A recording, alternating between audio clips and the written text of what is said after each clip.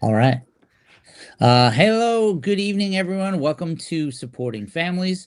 I didn't set the graphic up at the beginning, so that was my mistake, but excited to talk to you tonight with some really awesome advocates from our OCD community, former youth hero as well as hero award winners.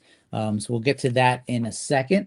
But for right now, let me just remind everybody that this live stream is educational and not intended to replace therapy. So for treatment related questions, please work with your provider. And you can use the IOCDF's online resource, which I'm going to put up right here in a second. Where you can find help. There's a great resource directory, iocdf.org/find-help. And you can locate a trained clinician, folks that might be in your area, or do teletherapy. There's also links to support groups for all ages. It's a good resource if you're looking for additional support. The IOCDF is not a crisis hotline, so if you are in crisis, or if you're feeling suicidal or unsafe, please call 988, which is the suicide and crisis hotline. You can just dial in the US 988 from your phone, or you can access this at 988lifeline.org. Or if you can always dial in the US 911 from your phone for immediate assistance, or go to your local emergency room. Please stay safe. And if you're watching this from other parts of the country and you're also feeling unsafe, dial your local emergency room or dial your local support groups. Please make sure you take care of yourself. Lastly, we just want to create a safe space and be kind and respectful for everyone. So at the end of the day, we're all here to support each other. And a note that this is being broadcast on several social media platforms and be recorded. So please be gracious in your comments, but we definitely want to take questions. So if you're watching this, please share, submit your questions. Let us know where you're watching from. And so lastly, we're going to get to the Youth Hero Award, but if you're interested, registration is open now, so you can nominate people at so you can nominate iocdf.org/hero-award. And that's where you can find all information about the Youth Hero Award. We're kind of recognizing people who go above and beyond in the efforts to advocate and support those in our OCD and mental health community. So it's exciting. That's tonight's topic. It's I believe the registrations close in early October. So if you know somebody who might be right for this, or you want to nominate someone, go right there to that link while you're listening to us and process a nomination. Cool. So let's get to it tonight. Thrilled to have Noemi, Caitlin, and Kyle here. All no strangers to the OCD community. Two youth Noemi and Caitlin were youth hero winners, and Kyle, you were a hero award in 2023. I think 2022. Okay, 2022. Still youth, but it's great that you're all here. So can you guys just start off a little, tell folks listening a little bit about yourself? Maybe just talk a little bit about maybe, when you first started noting OCD. I will start with you, Noemi. Hi, I'm Noemi. I'm based in Dallas, Texas, and I'm a senior. I'm currently a senior in high school, and I first noticed OCD in preschool. Preschool. What would you remember, like the things that maybe your first, the first thing that you might have either got anxiety about, or that maybe scared you, or maybe one of your first compulsions? I remember not wanting to go to school because we had to take like walks, and then we always had to like hold on to like that little those loop things. I don't know, like where you're like basically tied to like a thing. But anyways, that's a story. But we were like walking, and so I couldn't avoid the gum on the sidewalk. And like I would try my hardest to avoid the gum on the sidewalk because I felt like I was gonna get dirty and sick. And so that's probably my first compulsion. Yeah, I'm familiar with it. Yeah, it's like the ropes that the kids hold so that you all stay together. Mm-hmm. Yes. Yeah. So it was really like the environment and a bit of contamination. Cool. Caitlin, how about you? Nice to see you again, and fellow East Coaster. Yes, thank you for having me. I'm Caitlin Yansos. I'm 18. I'm in New York, and I'm a senior in high school, so I'll be graduating this year. And I would say I first started to display OCD symptoms when I was around 7 years old. I had very scary thoughts about hurting the people that I cared about that I did not want. And I think one of my earliest compulsions would have been probably confessing my thoughts to my mom. I felt like I had to confess my thoughts and tell her every thought that went through my head as a way to get the bad thoughts out of my head. And I remember I had a fixation on numbers. So everything had to be even numbers or something bad was going to happen. I was just very concerned about causing harm to other people, and those were some of my earliest compulsions. Did the numbers relate to was it like a fear of a certain number, or you had to say a certain number? It's always been even numbers for me, especially 4. I don't know why. I have no idea why 4, but I've always had to do things in intervals of 4, like 4 times. So whatever it was, like opening a drawer or closing the door, turning on and off the lights, I had to do that in multiples of 4. I had like this whole nighttime routine and like rituals that I had to do, and everything was in multiples of 4 to prevent something bad from happening. 4 is like your magical protection number. Yeah. Kyle, how about you? By the way, as always, we have the supporting families guest. He always seems to show up somehow. He's behind my head, but yes, my cat is always around. Showed up early today. Well, look, this is it's light now. This is where we know the spring is coming. 2 months ago, this was dark when we had this broadcast. Now it's like Groundhog so. Day with a cat. Yeah, always. Yeah, my name's Kyle. I'm 24, so I'm the old one. And I'm currently in medical school. And I first noticed OCD when I was probably 12-ish, in between 6th and 7th grade. I say that's when I first noticed OCD in the manifestation that I got really familiar with it in, which was contamination OCD. But if I think back harder, there's definitely a lot of little places where OCD showed up in my life and was brushed off as just kind of like a little quirk of my behavior. But when I was in between 6th and 7th grade, that's when I had my first thought when I touched a library book where my brain told me, hey, you don't know who else touched that. You might want to go wash your hands. And because I didn't know what OCD was at the time, I went, okay, that seems reasonable. And I washed my hands. And then I started to wash my hands after every time I touched this library book. And then I wouldn't put that library book on a table that I wanted to use later, because then that table would become contaminated. And then I wouldn't touch my dad after he touched that table unless he showered, because he had touched the table that I touched the library book. So he was contaminated, and so on and so forth. And so I would say within a couple months, my entire house and my entire world had just kind of been subsumed by OCD. That was back when I was in 7th grade. But it sounded like you're just like keeping track of where that contamination would spread. It wasn't just the book, it was the desk, and then whoever touched it, and then whatever they touched. And so yeah, I just imagine you are listing in your head, observing everything, and then things just getting, don't touch that anymore.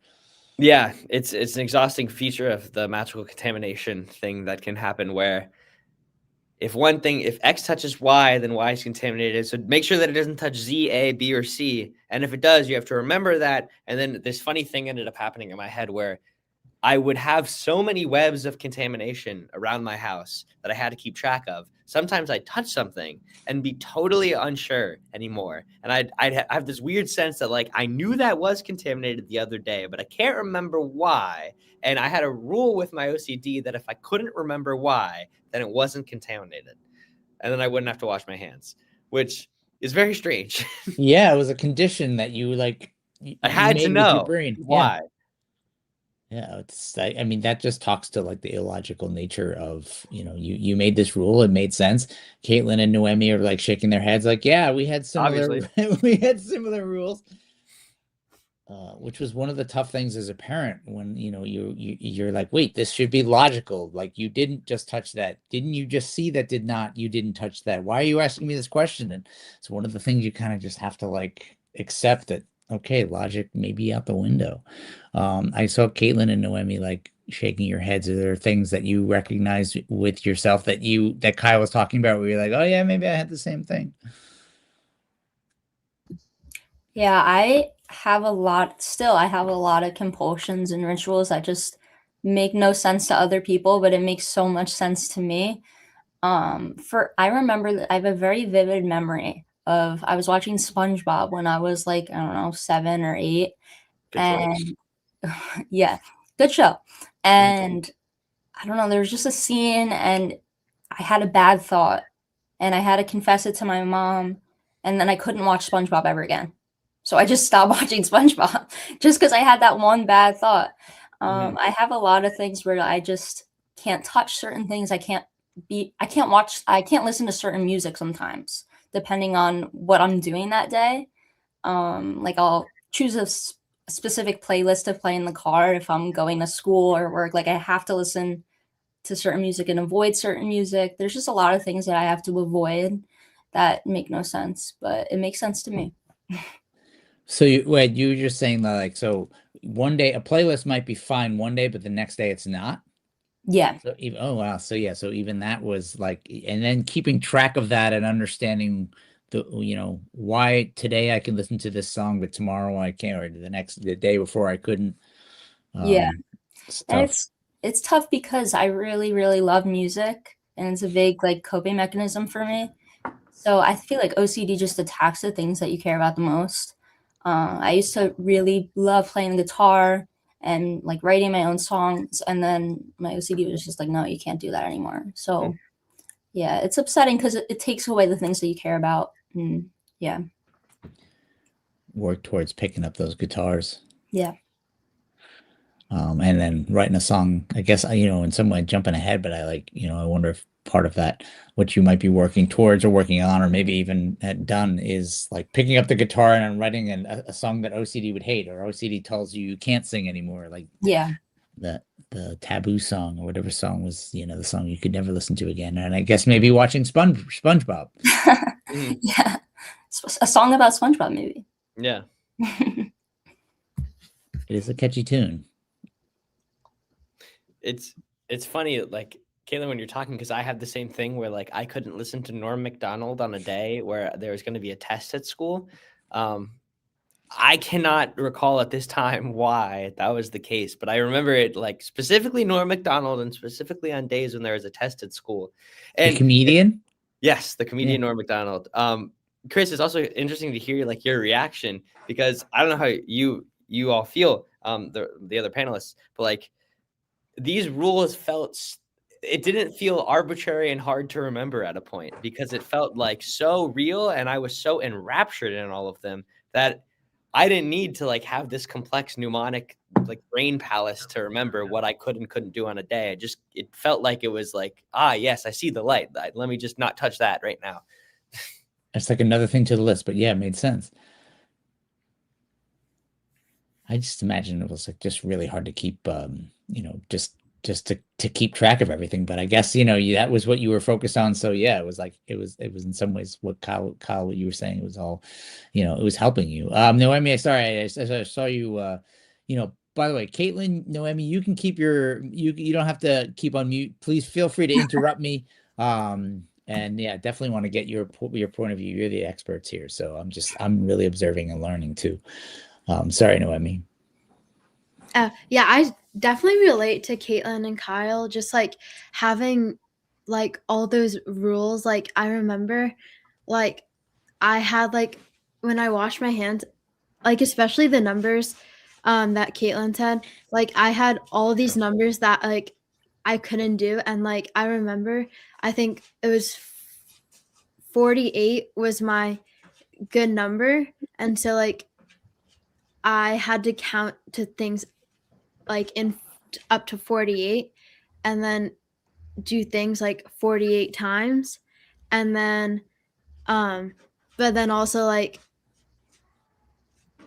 it would be like in groups of like I couldn't do in groups of 4. So 4 is my bad number and 13 was also my bad number, and my only good numbers were like 3 and like 48 and like 8 and 16. But I still remember this. And like it was like I had to go by those rules. And it was like so illogical because like how do like numbers like play a role in anything? But like I just had those like rules. Well, you see those numbers too in the wild. You're driving on a highway, the exit signs, buying something at a supermarket or wherever, those prices come up. And so, did that also restrict you from going places where you might accidentally or, bump into that number? For me, it was like more interfering with school because like I couldn't write down the number, like any number besides like 3, 16, 8, 48, and had to be like multiples of 8. So like I couldn't write down any numbers besides multiples of 8 or multiples of 3. And so it really interfered with school, especially math, because Yeah. I couldn't I was going to write say, down do you those want to be an English numbers. major? Yeah. And I loved math too, which again, like what Caitlin said, OCD latches on to like the things you most care about. So Sorry, I want to just lean into, because you kind of get into my next question, where it sounds like that was really interfering with your life, and that's what I was just curious about. I mean, did you develop a system with math so that you could do the homework, or was it just something that you just couldn't do? I remember that if I wrote down that certain number, then I had to do like XYZ, like certain compulsions. And then it would turn into like a mental ritual.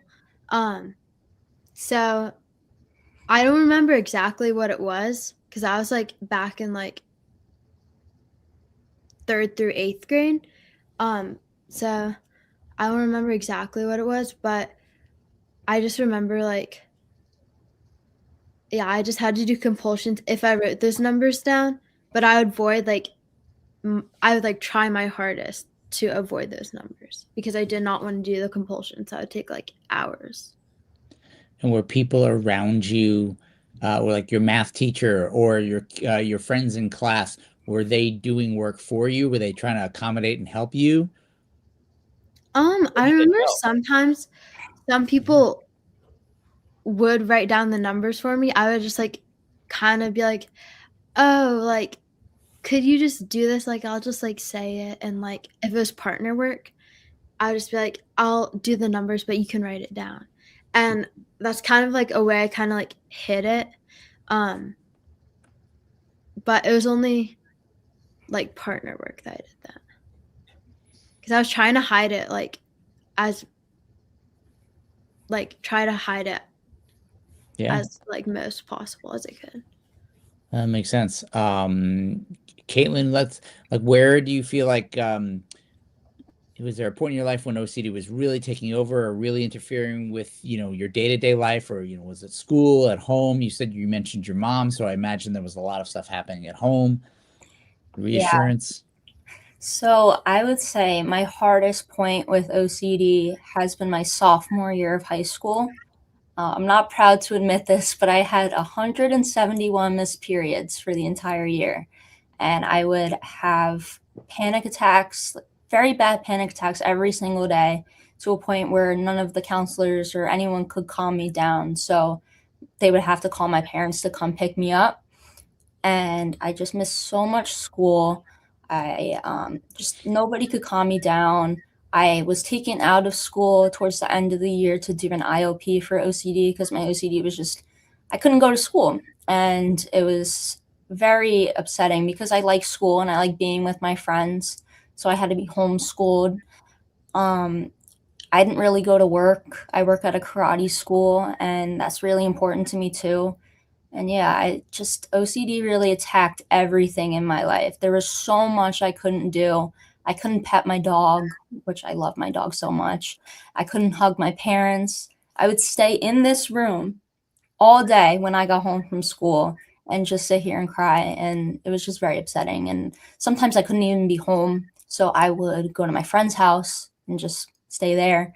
It was very upsetting. And I feel like once you lose something to OCD and it makes your world smaller, you learn to appreciate the smaller things. So now that I've gotten better, symptoms have improved. I've learned to appreciate like the small things like petting my dog and being with my family and my friends and even going to school, which I know a lot of people don't like school, but I learned to appreciate it now. I mean, that's great. I want to get to kind of what might have motivated you to, get to that point, but it is talks about like a lot of people say the things they value, they realize, hey, I want to do this again. And this is what is it, a motivator for you to say, I want to get back to school. I want to get back to, being with my parents and getting out of my room. And so did that kind of motivate you to go to that program or to seek, OCD therapy? Yeah, I was just at a rock bottom and I was so upset that OCD just kept on taking and taking and taking more and more away from me. I think I just had this one day where my parents had to pick me up from school and they were like, "I'm like, you need to overcome this, like you need to get through this. It's gonna be hard, it's gonna be difficult, but you have to get your life back from OCD."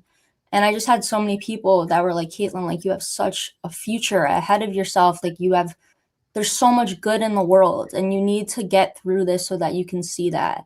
And I just wanted to get my life back because I was normally before OCD a very happy and extroverted person, and OCD took all of that away from me. So I wanted my old life back before OCD.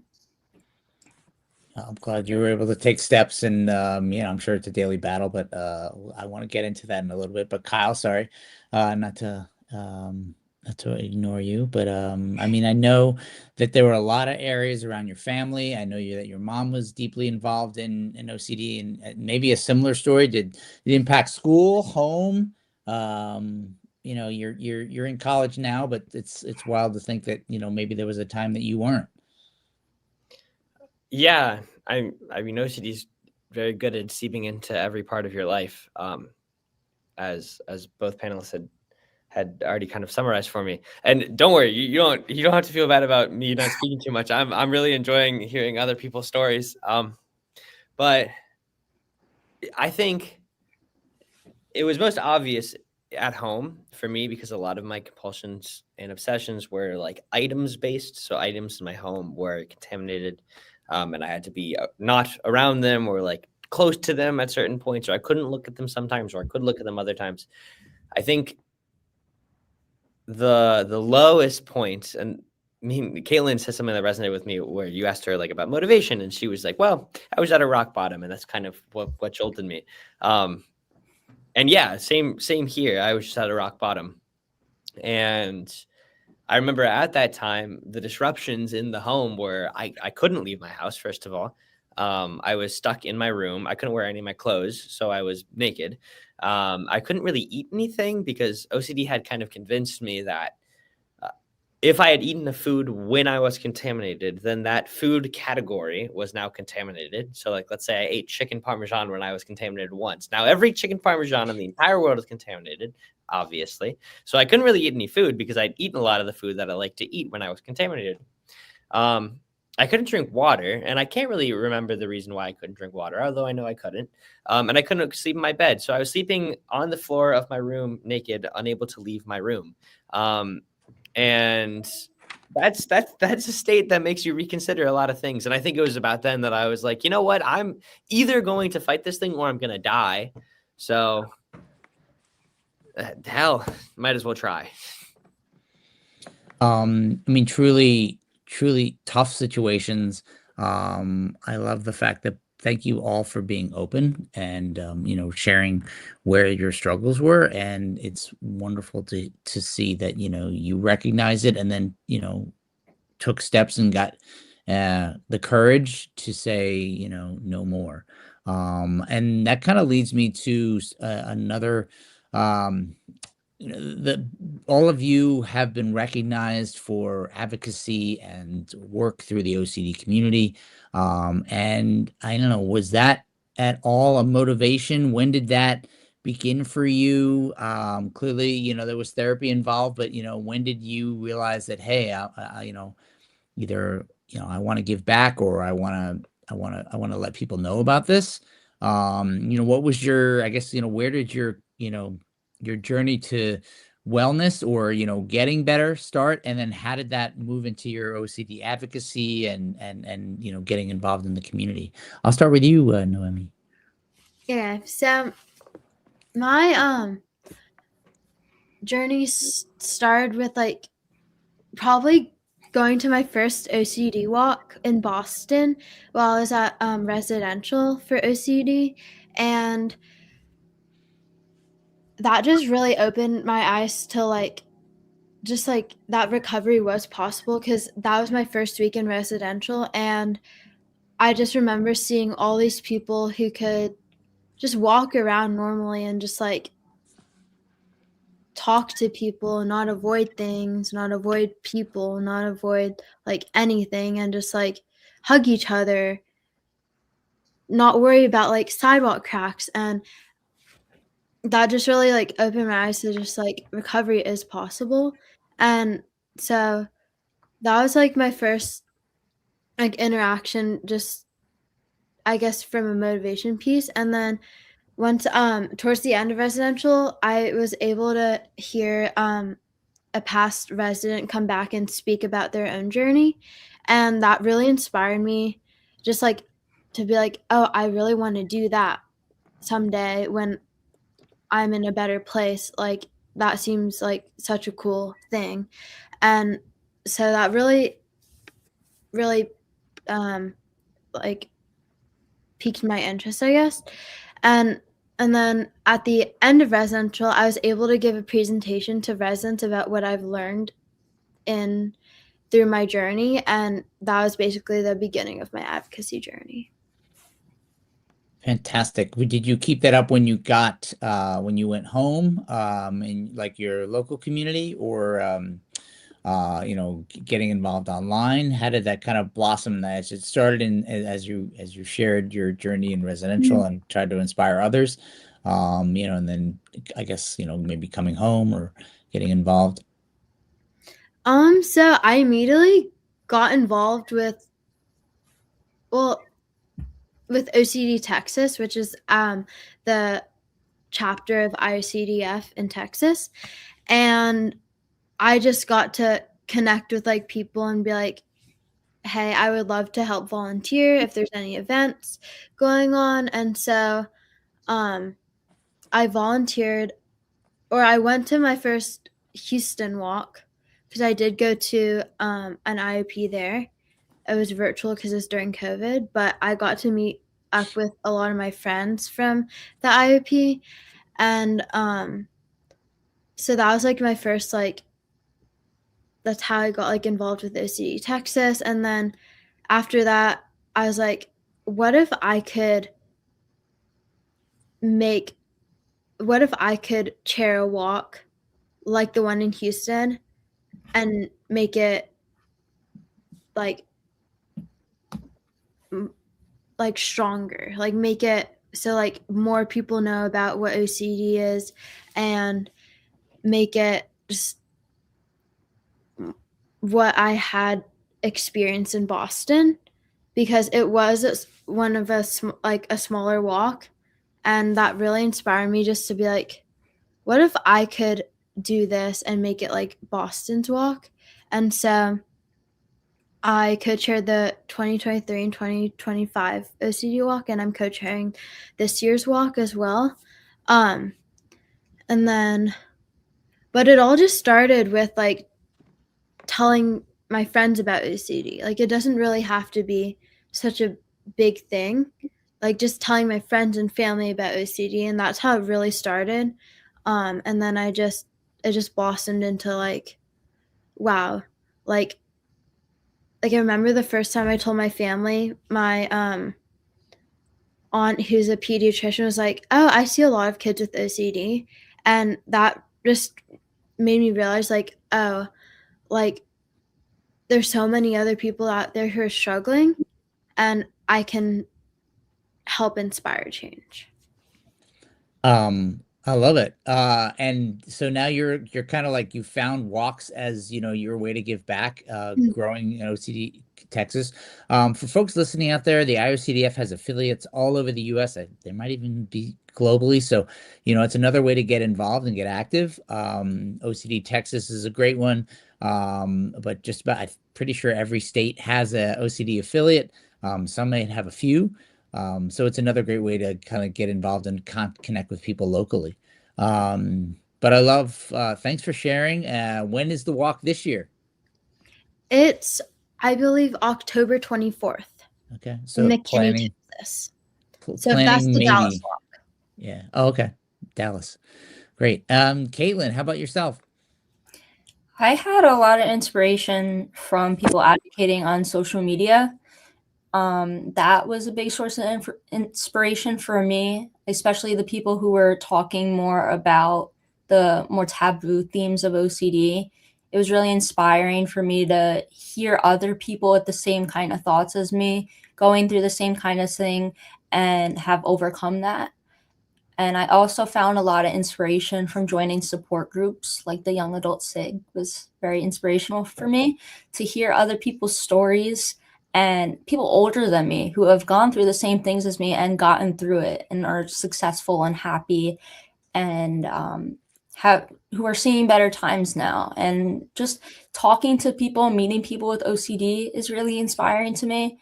Yeah, I feel like I do the advocacy that I do because I remember what it was like to feel so alone and isolated when I was struggling with OCD.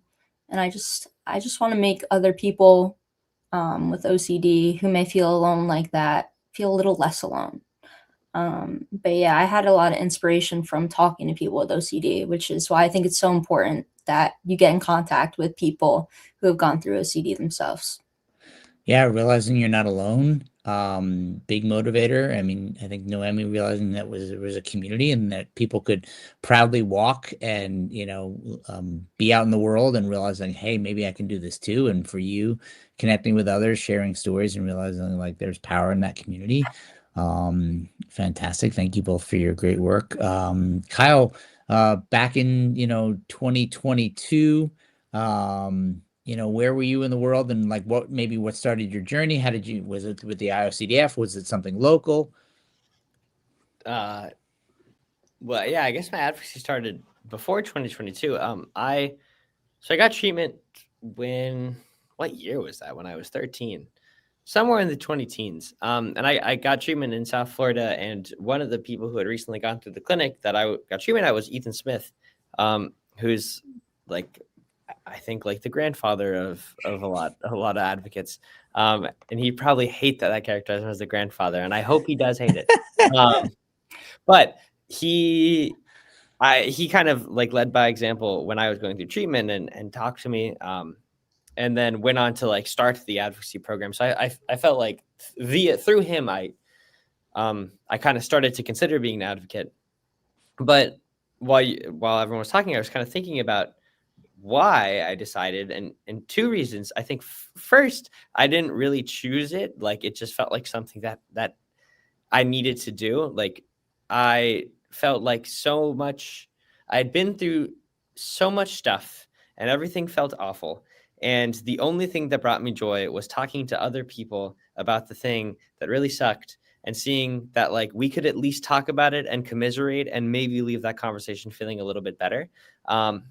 And then there was this trip that I took with the clinic that I went to, where like 10 of us went to Utah and like went on a ranch and essentially just did like residential treatment.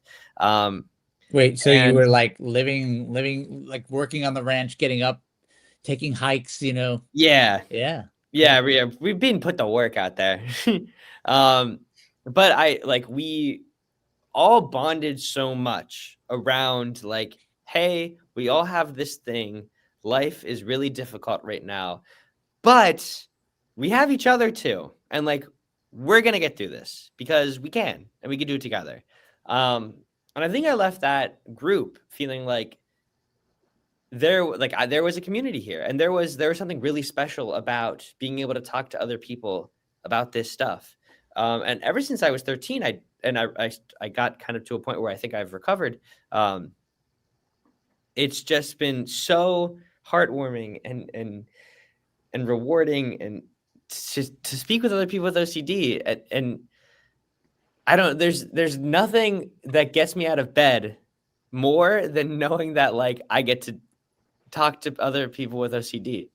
Like that sounds like a ridiculous sentence, but there's nothing like this community, and I think that's why I started advocating, and I continue to advocate.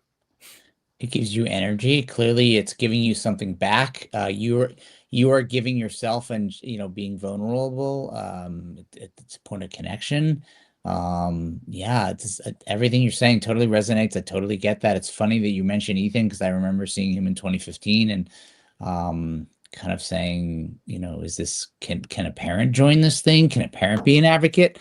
And him encouraging me to be like, yeah, you jump in. At the time I had started a little parent group here in Brooklyn. So I just remember, sometimes people giving you permission to talk or finding that voice that allow you to talk can be motivating. Yeah. When you all found out that maybe that I don't even know if any of you knew you were nominated for an award. No? Okay. That's cool. So there's secret ballots. But when you found out, or when the IOCDF reached out, or maybe your parents told you, or a friend told you, what was your reaction? Were you surprised? Nervous? I mean, I saw each of you speak, so the nerves didn't show, but how did it feel to be recognized from the community as well as the foundation? I'm gonna see who talks first. I'm not gonna give it at anybody. I could go. Whoa, breaking the order. What are you doing? All right. Team. Okay. I found out I was in art class, and I checked my mom texted me. I wasn't supposed to have my phone, but she texted me, and I checked my messages, and she was like, Caitlin, look at your email. Oh my God. And I looked at my email, and I saw that I won the award, and I was like, what? It was such a surprise. It was so exciting. Ever since I found out that I won the award and I had to do a speech in Chicago, I was so nervous. I'm the type of person that I need to prepare for things so far in advance. So I started like writing my speech immediately, and I went through drafts and drafts and drafts. But I remember in Chicago, someone showed me the room that I would be doing the speech at, and I just saw how big it was and how many chairs there were, and that it was going to be filled with people. And I was so nervous, but I was so excited to meet people with OCD and connect with people. And I did this speech as well as I could. And I thought it was really cool that Zane Gonzalez from the NFL and Sheena Shea congratulated me and Noemi, and they were just so they just thought we did really good job, and it was really a great experience, and I'm really appreciative and grateful for that. And people coming up and taking photos with you, always a cool thing. Oh, it was so fun.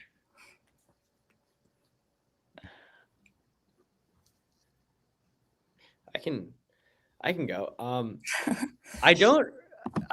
Totally bucking the order. I don't remember where I was. I think I was in the passenger seat of the car with my dad, but that could be totally made up because I was also in college. But the thing that I remember most vividly was, much like Caitlin, like getting it. My first thought being like, "Woo!" and my second thought being like, I gotta give a speech. And then I remember walking around the campus, and just like rehearsing the speech and talking to myself out loud, like again and again and again, not in a compulsive way, but in like maybe a little bit compulsive way. Like I need to make sure that I get this speech out right. And then like the day of, like getting on stage, getting the mic, and just blacking out. Like I have no clue if I said what I thought I said. I don't know if anyone was listening. I don't know if I went on at the right time or peed my pants. Doesn't matter. I got the words out, I think. But it was a fun time. Yeah, super exciting, and then nerve-wracking to be like, oh wait, now I have to talk to everybody. To do stuff. Yeah, Come on. Accept the award. For me, I was actually in so I also have an eating disorder and I was in treatment for that. And so I remember I was checking my email, which I wasn't supposed to be doing, but I did check my email. And my because and then my mom like emailed me. She's like, "You gotta check your email," and I was already on my email. But then she's like, "Look at this! Look at this! Look at this!" And so like, Mom knows. Wait, your Yeah. mom emailed you to check your email? Well, that's yes, I don't know. She said, "Look at your email," and because we Alright. couldn't have our like MacBooks, we had to have our Chromebooks. Anyways, that's a whole different discussion. But Yeah. um, Get into we that. had our after. Chromebooks, and so she was like communicating through email. That's why we weren't supposed to be checking email. But anyways, I was on my email and I found out, and I like jumped out of my seat. I was like, "Oh my gosh! Like, is this like actually real?" And like Caitlin and Kyle, my second thought was like, "Oh my gosh, I gotta give a speech." So yeah, and so yeah, that was my experience. But then people were like, "Wait, what?" And I closed my email. So no, it was fun. Did you feel like, was it, you mentioned that you were in treatment at the time that you got the notification. Did that motivate you at all? Did that kind of give you some incentive to say, hey, I want to get on stage, I want to accept this award? Yeah, so that was during, I think that was May, and then the conference was in July. So I was actually supposed to it's crazy. It's a crazy story, but I was supposed to go to Rogers because to do another residential program, and so it was definitely motivating for me. And then I didn't end up making it for 2024 because I ended up back in ED treatment. And so but then the second time around, I was like, I'm going to do this. And so that was definitely really motivating for me. It's fantastic. And do you both have the award somewhere? Does that remind you at all? Maybe when you might be having a hard day or a tough day that there is, or I don't know, maybe the question is, do you feel more pressure? Hopefully you don't. No, good. Yeah, I'm excited to see who our nominees are this year. Well, I mean, it's wonderful that you all share kind of a common theme of, finding a moment where you realized, hey, it's time to, I want to give back. Each of you have found a way to do that in your own way that provides joy and allows you to, make sure that you're helping others. Sometimes it's out front, sometimes it's day to day, like Kyle was saying, or, Noemi running the walks. And I love to see that. It just points out how big and varied the community can be. We've had folks who, have been advocates by creating charities. We've folks who have been advocates, doing a lot through social channels, doing something in their local environment. So it's really broad and, the advocacy and the awareness is what folks are what the IOCDF is looking for. For the Youth Hero Awards, it's basically it's individuals under the age of 18 at the time of the award. So if you're 17 now and you're going to be 18, still apply. If you're still 18, apply. I think if you're in college, high school, it's open, in my opinion. Yeah, if there's folks, if you're listening right now and there's somebody in your community or somebody that you think, it deserves consideration, please nominate them. I'll throw up the website at the end. Kyle, Caitlin, Noemi, when you first decided to, get help, or maybe, find a therapist, how was your family involved? How has your family helped you over the years? I mean, a broad question just about how your families might have supported you or encouraged you or, helped you along the way or continue to help along the way. Kyle, I'll start with you. I snickered to myself because you made a dangerous assumption in the way you asked this question. You implied that I decided to get treatment. Yeah. Okay. Yeah, that's right. I certainly did not. I was 12 at the time, so my parents had decision-making capacity, and I was 12, so I was a minor and couldn't make those sorts of decisions. But also, I was very sick, and I wasn't in the right headspace to be making those sorts of decisions. So my family was involved from the get-go. They were the ones who identified that I had a problem, which I probably would have told you that I had a problem, though it wasn't one that I wanted to confront, so I don't think I would have confronted it. They were the people that took me to my first therapist. They were the people that recognized that first therapist probably got it a little wrong because that therapist thought I had some psychosis going on. They then took me to an OCD specialist, and I would say for the first like 3-4 months of treatment, I was actively disengaged. Like I was doing my damnedest to thwart my therapist's attempts to make me confront my OCD. Whether that be lying to her, lying to my parents, or immediately compulsing after doing an exposure. And to my parents' credit, they stuck with me. And through very hard times, they kept bringing me to treatment with and believing that like eventually I would soak it in and it would work and it would get better. I yelled at them a lot. I told them I hated them a lot, and I said a lot of other regrettable things. But shout out to my parents for sticking with me and keep holding the course. And then, the happy ending. And then at some point, the light bulb did click, or you realized, okay, maybe I'll buy into this, or there's a point to this. I feel like Caitlin kind of mentioned, like there was that rock bottom moment, and the light bulb turned on. And I was like, you know what, maybe I should give this ERP thing a real earnest shot. And then I did it. And then maybe 3 exposures later, bang, light bulb right back off. I was like, this is hard. I don't like this. And then I realized over time that I flicked the light bulb on and off again and again and again. But over time, the light bulb was more on than off. And this is a very extended metaphor at this point. But yeah, there were a lot of ups and downs. And just because I decided to engage in treatment doesn't mean that all of a sudden my life got great. It took a lot of time, and there's a lot of crying, and there's still a lot of I hate yous. But a year later, I would say I was like back to where I was.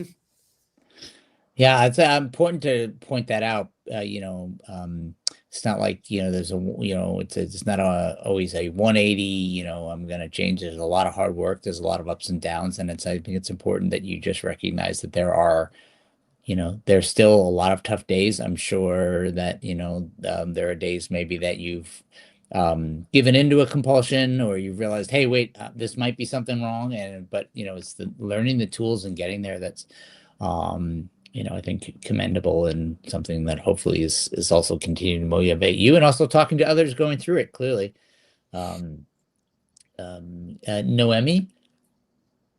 Sorry, could you repeat the question? Yeah, sure. I was like, so just around your, maybe it's either, how your family was involved, how your family might have either helped support you, and like pushed you in some ways, like Kyle's pushed you into therapy, made you go, or have supported you along the way, or how they were involved, in your life and in your treatment as it continues.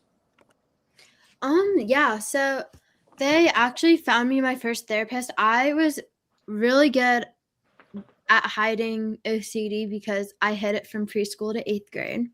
And so they eventually were like, I think there's something going on. And so they put me in therapy, but it was just an anxiety therapist. And so I was with her for like 3 months until she was like, okay, I think she has OCD. And then my parents have always been just like wanting to find like the best option for me. And so I'm so grateful for them. And so then I found an OCD therapist who then referred me to an IOP. So it was a lot of change really quickly. But they've always been really involved in my journey because I did have a lot of reassurance seeking as well. And so we had like family therapy during residential to try to lessen that reassurance seeking. Mhm. And then so they've been really involved, and then as well as in other treatments for other things, they've been really involved. And just like there's, like Kyle said, there's been a lot of moments where I regret a lot of yelling, a lot of not so great things, but they've always stuck with me, and I'm really grateful for that. And they've always believed in me, and just like said, you know, I can do it. Like, no matter what, we're gonna be with you. Even if you do this terrible thing, we're gonna be with you. We're gonna support you, and we know you can do it.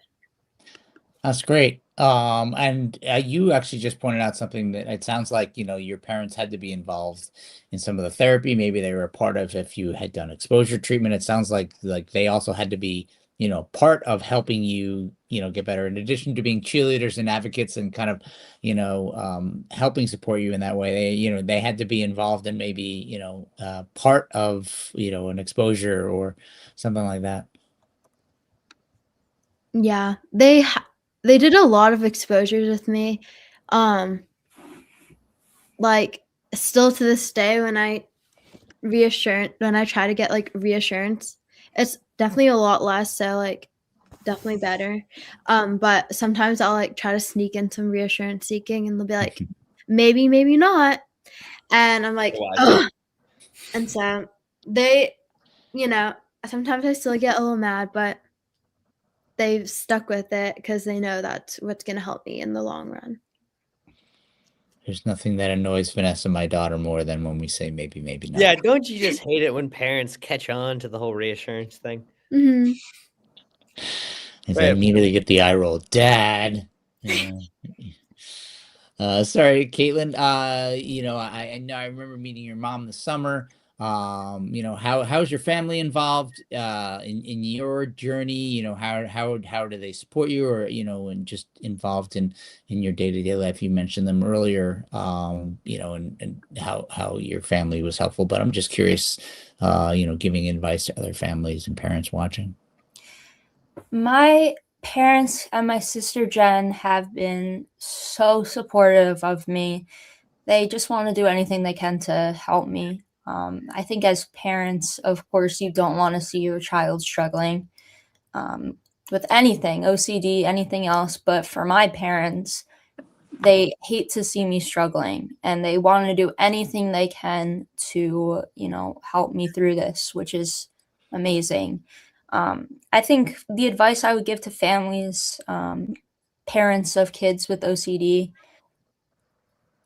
it kind of sucks to say, but the kid, like, I had to do the work to get better. My parents couldn't do the exposures for me.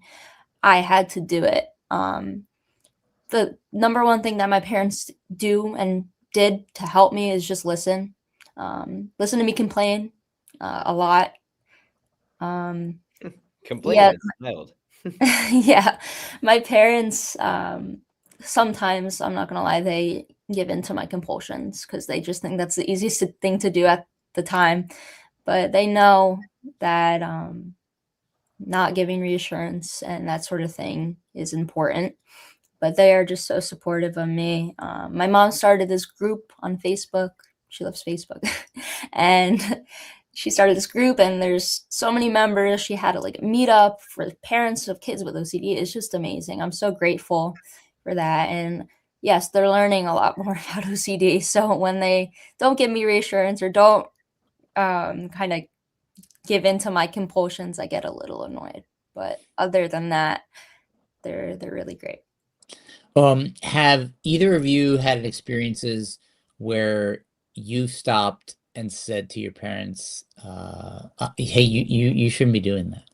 Remember I told you you shouldn't be doing that accommodation, or that's not something that you should be helping me. You know what I mean? Like, you had to teach them and remind them, even though it might have helped you OCD wise. You were like, wait a minute, you can't do that. Yeah, no. Yeah, I was gonna say, I don't think I've ever stopped someone from accommodating me.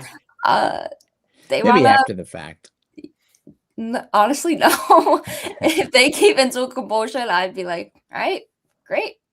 Even though I know that's not helpful and they shouldn't be doing that. Yeah, I just let them do what they got to do.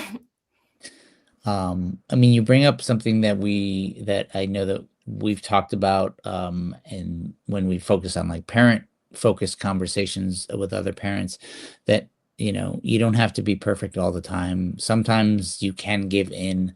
Sometimes accommodation makes sense in the moment. It's the practice over time, consistency, and everybody is just learning and growing in the same way. And sometimes things work and don't work.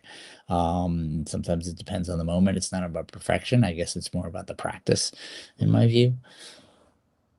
Right. It's not a perfect practice on either side, the parent side or the one who's going through it themselves. Whole thing is it's not perfect. There are ups and there are downs, like Kyle said. Some days I have really great days. Some days are really bad OCD days. Some days my parents are really good at not giving me reassurance or doing the compulsions with me. It's it's up and down, and that's okay. 100%. Hey, we have a few minutes left. I'm curious if you have any advice for parents or anyone with OCD listening. What would you say to help them? What would any words of advice you'd have to those who are listening tonight, be it a family member, a sibling, or someone with OCD? Noemi, I'll start with you. Something that Caitlin brought up, like about just I don't remember exactly what you said, but it just brought up this like sentence that my mom always says to me, and is something that I would definitely like tell other people with OCD is it's not your fault, but it is. And it just speaks to like OCD really isn't your fault, but it is your fight to really get your life back. And so that's really stuck with me. And then some advice is like to someone struggling is it may seem daunting at first and it's not like the end of your story. There's hope on the other side and freedom, and finding help isn't a sign of weakness, it's a sign of strength. And then just something I would tell parents is just like is it's not going to be like progress isn't linear. There will be ups and downs, like Caitlin and Kyle said. Some days your kids will be having a harder time. Doesn't mean it's your fault or you did anything wrong. And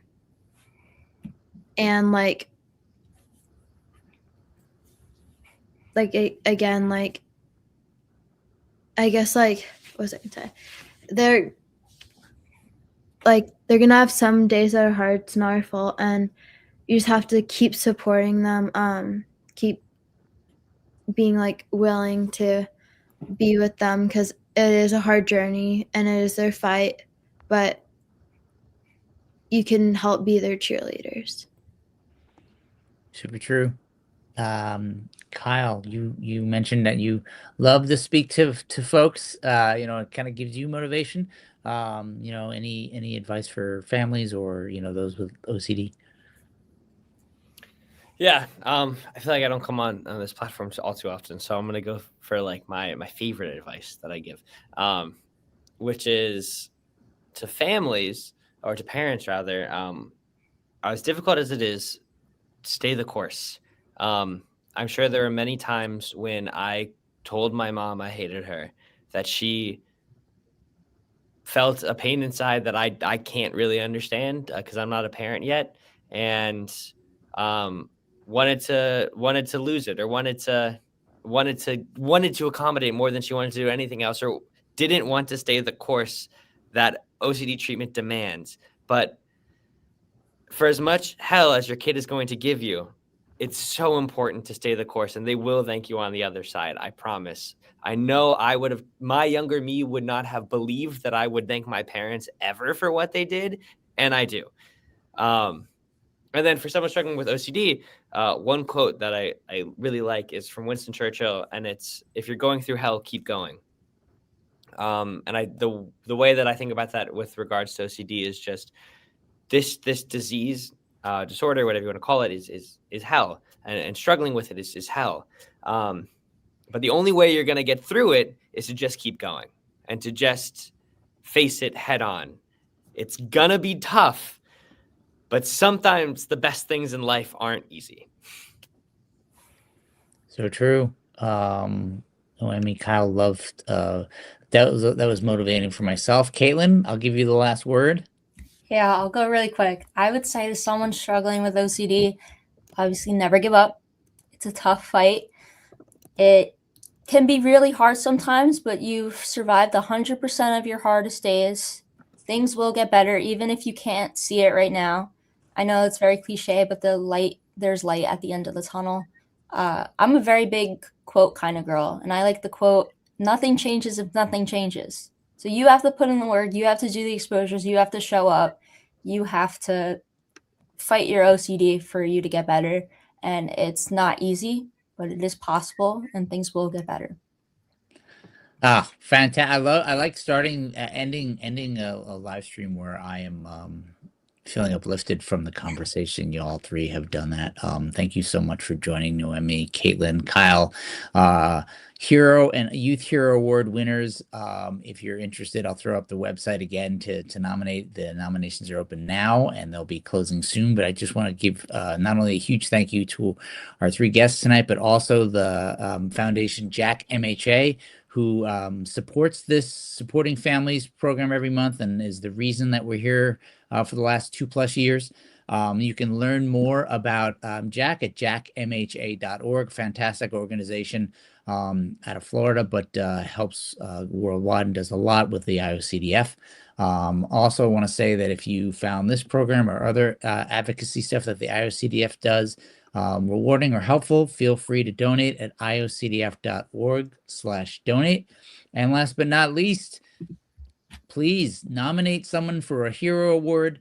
For the Youth Hero, it is the kind of nomination process. It's anonymous, but you can nominate anyone who it's about going above and beyond in efforts to advocate and raise awareness for the OCD and mental health communities. And that can be, as we talked about, locally, organizing walks, one-to-one, writing campaigns. So there's a lot that you can do to qualify for a Hero and a Youth Hero Award. And look forward to seeing the nominations this year and whoever's on stage to talk. Kyle, Noemi, Caitlin, thanks so much for joining. Have a great night, y'all. We'll be back next month, and our topic is going to be insurance, another tough topic for families.